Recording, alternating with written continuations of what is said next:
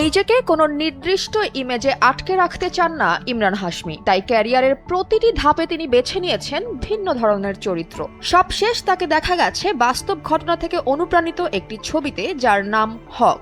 মুম্বাইয়ের এক সাক্ষাৎকারে ফিটনেস নিয়ে প্রশ্ন উঠতেই ইমরান সোজাসাপটা উত্তর দেন, কোনো রহস্য নেই, আমার স্ত্রী আমাকে ঠিকমতো খেতে দেয় না। কথাটি হেসে বললেও সঙ্গে জুড়ে দেন শৃঙ্খলাপূর্ণ জীবনযাপনের কথা। নিয়মিত ব্যায়াম ও নিয়ন্ত্রিত ডায়েট, এই দুই নাকি তার ফিট থাকার চাবিকাঠি। করোনার সময়ের কথা তুলে ধরে ইমরান বলেন, অনেকে তখন খাবারের লাগাম ছেড়েছিল আর তিনি বেছে নিয়েছিলেন ফিটনেস। সেই সিদ্ধান্তের সুফলই পাচ্ছেন বলে দাবি এই অভিনেতার। হক ছবিতে ইমরানের চরিত্র ছিল আব্বাস খান, একজন আইনজীবী যার বিশ্বাস, ধর্মীয় মূল্যবোধ আর যুক্তির দ্বন্দ্বই হলো গল্পের মূল। ইমরানের মতে তিনি এই চরিত্রকে খলনায়ক হিসেবে দেখেন না, বরং এটি একটি দৃষ্টিভঙ্গির গল্প। তবে সংবেদনশীল বিষয় হওয়ায় এই ছবিটির ক্ষেত্রে দায়িত্বশীল থাকাটাই ছিল সবচেয়ে গুরুত্বপূর্ণ বলে জানান ইমরান। গভীর গবেষণা, আদালতের ভাষা ও আচরণ সবকিছুতেই ইমরানের ছিল বাড়তি সতর্কতা। দীর্ঘ অভিনয় জীবন নিয়ে ইমরানের বক্তব্য পরিষ্কার, টিকে থাকতে হলে বৈচিত্র্য দরকার,